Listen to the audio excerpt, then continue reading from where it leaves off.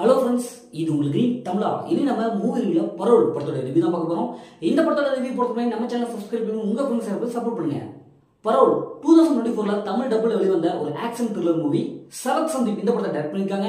மம்முட்டி, இனியா மற்றும் பல அந்த படத்தை நடிச்சிருக்காங்க. இப்போ இந்த படத்தோட கதையை பார்த்தரலாம். படத்தோட ஹீரோவான மம்முட்டி ஒரு சங்க தலைவரா இருக்காரு. இவரு ஒரு கட்டத்துல ஒரு சம்பவத்தால ஜெயிலுக்கு போயிடுறாரு. ஒரு 10 நாள் பரோல்ல வெளிவராது. அப்படி வெளிவந்த உடனே அவருடைய பையன் ஒரு கொலை செஞ்சுட்டான் அப்படின்னு சொல்லிட்டு அவர் மேல கொலை கேஸ் விழுது. உடனே மம்முட்டி இந்த கொலை இன்வெஸ்டிகேஷன் பண்ணி எப்படியாவது தன்னுடைய பையன் இந்த கொலை கேஸ் விடுபட்டுறோம்னு சொல்லிட்டு இன்வெஸ்டிகேஷன் பண்றாரு. இப்போ அந்த கொலைக்கு மம்முட்டிக்கு என்ன சம்பந்தம், உண்மையிலேயே அந்த கொலை செஞ்சது யாரு, இறுதியில் என்னாச்சு அப்படிங்கிறதா இந்த படத்துடைய ஒன்லைன். இந்த படத்துடைய பாசிட்டிவ் பார்த்தரலாம். இந்த படத்துடைய பாசிட்டிவ் ஸ்கிரீன் பிளே தாங்க. ஏன்னா சூப்பரான ஒரு ஸ்கிரீன் பிளே கொடுத்துருக்காங்க. அதே மாதிரி படத்தில் நடிச்ச எல்லாருமே சூப்பராக பர்ஃபார்ம் பண்ணியிருக்காங்க. குறிப்பாக மம்முட்டி அவங்களுடைய கேரக்டர் சூப்பராக இருக்கு. ஏன்னா மற்ற கேரக்டர் பார்க்கும்போது இவருடைய கேரக்டர் தனியாக ஸ்பெசிஃபிக்காக தெரியுது. எமோஷனல் அப்படியே ஃபைட் சீன்ஸ் எல்லாத்துலையுமே செம்மையாக பிச்சு உதறாரு. அதே மாதிரி படத்தில் நடிச்ச எல்லாருமே வந்து சூப்பராக பர்ஃபார்ம் கொடுத்துருக்காங்க. மியூசிக் செம்மையா இருக்கு. படம் வந்து ரியாலிட்டியாக எடுத்திருக்காங்க. ஒரு ரியல் லைஃப்ல எப்படி நடக்குமோ அதே மாதிரி அந்த ஒரு ஸ்கிரீன் பிளே கொடுத்துருக்காங்க. அதனால அடுத்த அந்த எமோஷனல் சீன்ஸ் செம்மையா டச் ஆகுது, மனசு இங்க டச் பண்ணுது.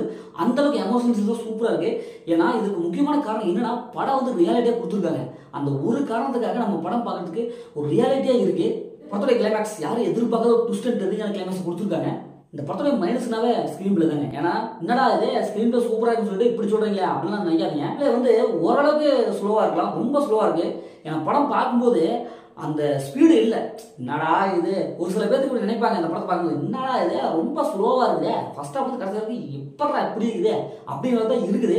ஏன்னா உங்களுக்கு மெலோடியான படம் வேணும் அப்படிங்களுக்கு இந்த ஸ்கிரீன் பிளே ஓகே தான். ஆனால் அது ஒரு சஸ்பென்ஸ் த்ரில்லர் ஃபைட் சீக்வன்ஸ்ல வேணுது கண்டிப்பாக இந்த ஸ்கிரீன் பிளே செட் ஆகாது.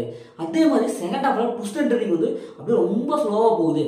இன்னும் கொஞ்சம் படத்தை ஸ்பீடு பண்ணிக்கலாமோ அப்படின்னு தான் தோணுது.